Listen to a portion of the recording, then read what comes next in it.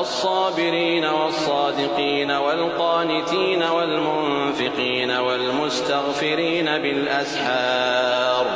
شهد الله أنه لا إله إلا هو والملائكة وأولو العلم قائما بالقسط لا إله إلا هو العزيز الحكيم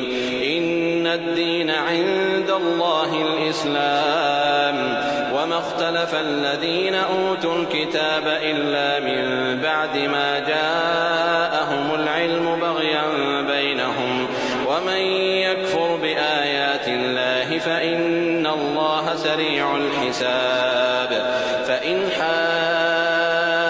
حاجوك فقل أسلمت وجهي لله ومن اتبعني وقل للذين أوتوا الكتاب والأميين أأسلمتم فإن أسلموا فقد اهتدوا وإن تولوا فإنما عليك البلاغ والله بصير بالعباد إن الذين يكفرون بآيات الله ويقتلون النبيين بغير حق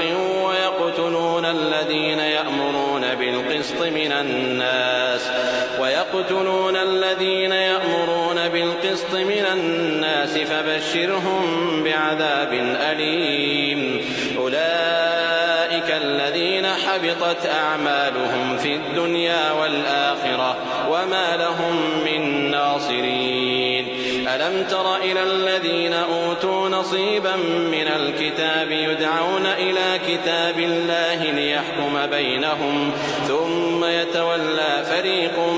منهم وهم معرضون ذلك بأنهم قالوا لن تمسنا النار إلا أياما معدودات وغرهم في دينهم ما كانوا يفترون فكيف إذا جمعناهم ليوم لا ريب فيه ووفيت كل نفس ما كسبت وهم لا يظلمون.